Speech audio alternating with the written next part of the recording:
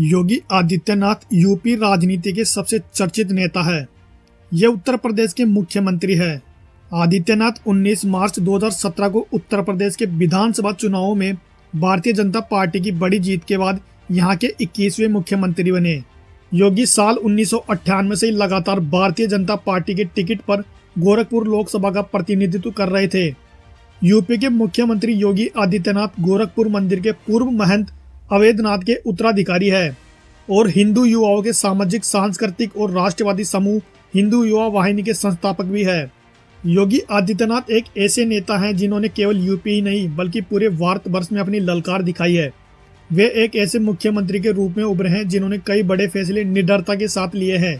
तो आइए जानते हैं इनके बारे में विस्तार से।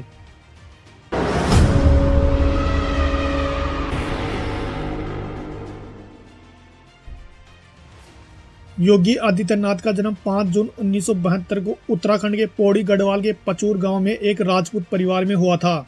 उनके पिता का नाम आनंद सिंह बिष्ट है जो एक फॉरेस्ट रेंजर थे। वहीं योगी की माता का नाम सावित्री देवी है। योगी जी अपने 3 बड़ी बहनों और एक बड़े भाई के बाद 5वें नंबर पर आते हैं। उनके बाद 2 छोटे भाई और है।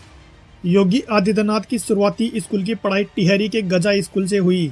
योगी जी ने साल 1989 में ऋषिकेश के श्री भरत मंदिर इंटर कॉलेज से इंटरमीडिएट की परीक्षा पास की थी। इसके बाद योगी जी ने ग्रेजुएशन की पढ़ाई के साथ साथ अखिल भारतीय विद्यार्थी परिषद का हाथ भी थाम लिया और इस दिशा की ओर अपने कदम बढ़ाए। हमेशा अपने काम के लिए और अपने फैसलों के लिए चर्चा में रहने वाले यूपी के मुख्यमंत्री योगी आदित्यनाथ का वास्तविक नाम अजय सिंह बिष्ट है। गढ़वाल विश्वविद्यालय से गणित में बीएससी करने के बाद अजय सिंह यानी योगी जी ने गोरखपुर में एक गुरु गोरखनाथ जी पर अपना शोध करना शुरू कर दिया था। इस कारण यहाँ की पीठ के महंत अवैधनाथ की नजरें योगी जी पर पड़ी। बस यहीं से महंत जी ने योगी को अध्यात्म की तरफ मोड़ना शुरू किया और उन्हीं के प्रभाव में अजय का पूरा ध्यान अध्यात्म की ओर झुकने लगा। अध्यात्म की तरफ मुड़ने के बाद करीब 22 साल की उम्र में योगी ने अपना सांसारिक जीवन त्याग दिया था और सन्यासी का रूप ग्रहण कर लिया था। अध्यात्म की तरफ बढ़ने के बाद महंत ने अजय सिंह को नया नाम दिया जो कि योगी आदित्यनाथ है। साल 1998 में महंत अवैधनाथ ने सेवानिवृत्त होने के बाद योगी आदित्यनाथ को अपना उत्तराधिकारी के रूप में स्थापित किया। इसके बाद से योगी आदित्यनाथ अपने पूज्य गुरुदेव के आदेश का पालन करते हैं और गोरखपुर संसदीय क्षेत्र की जनता के अनुरोध से गोरखपुर के 12वें लोकसभा के चुनाव को जीतकर सबसे कम उम्र वाले सांसद भी बन गए थे। भारतीय जनता पार्टी और योगी आदित्यनाथ का संबंध काफी पुराना रहा है। वे काफी लंबे समय से बीजेपी से जुड़े हुए हैं। योगी आदित्यनाथ पूर्वी उत्तर प्रदेश में भाजपा से बेहद प्रभाव रखते हैं। उनके पहले उनके पूर्वाधिकारी और गोरखपुर मठ के महंत अवैधनाथ भी भारतीय जनता पार्टी के लोकसभा चुनाव को जीतकर अपना नाम कर चुके हैं। 19 मार्च 2017 को योगी आदित्यनाथ ने उत्तर प्रदेश के मुख्यमंत्री के तौर पर शपथ ली थी। इस शपथ समारोह को लखनऊ के कांचीराम स्मृति उपवन में आयोजित किया गया था।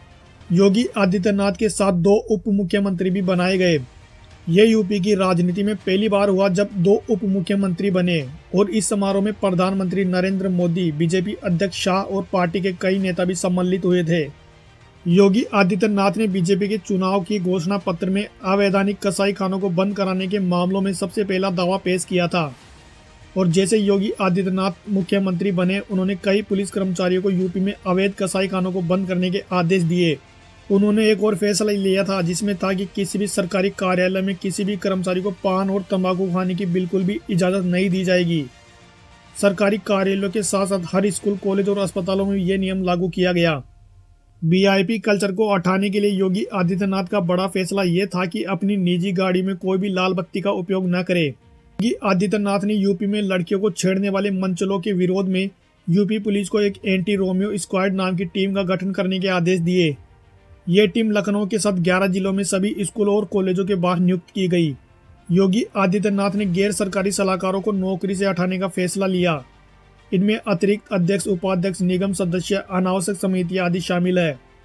योगी आदित्यनाथ ने यूपी के पुलिस अधिकारियों को आदेश दिया कि वे लगातार सोशल मीडिया से जुड़े रहे ताकि कोई भी घटना हो तो पुलिस बिना टाइम गंवाए घटनास्थल पर पहुंच सके और उस मामले को संभाल सके। योगी आदित्यनाथ जिस गोरक्षक पीठ के महंत है उस पीठ के द्वारा राम मंदिर के आंदोलन में बेहद ही महत्वपूर्ण भूमिका निभाई गई है और यह एक संयोग है कि 9 नवंबर 2019 का ऐतिहासिक दिन जब सुप्रीम कोर्ट द्वारा अयोध्या में राम मंदिर का निर्माण को लेकर फैसला सुनाया गया और विवादित जमीन को रामलला को सौंपने का आदेश दिया गया, तब गोरक्षक पीठ के मौजूदा महंत योगी आदित्यनाथ ही उत्तर प्रदेश के मुख्यमंत्री थे। यह देखा गया है कि जब भी कभी अयोध्या के विवाद को लेकर कोई बात की गई तब गोरक्षक मठ हमेशा सामने आया है। अब चाहे वह विवाद कोई भी हो, लेकिन मठ ने हमेशा इसमें बढ़ चढ़कर हिस्सा लिया है। इस मठ के महंत दिग्विजय नाथ ने अयोध्या राम मंदिर आंदोलन में बड़ी भूमिका निभाई थी। उनके जाने के बाद उनके शिष्य महंत अवैधनाथ उत्तराधिकारी बने और उन्होंने आंदोलन में अपनी भूमिका अदा की, जिसके बाद योगी आदित्यनाथ मठ के लिए योगदान दे रहे हैं। उत्तर प्रदेश में आगामी वर्ष यानी 2022 में विधानसभा चुनाव है, जिसमें योगी आदित्यनाथ जी के सामने सपा के अखिलेश यादव की चुनौती होगी। इस चुनाव में किसकी जीत होगी यह देखने लायक होगा।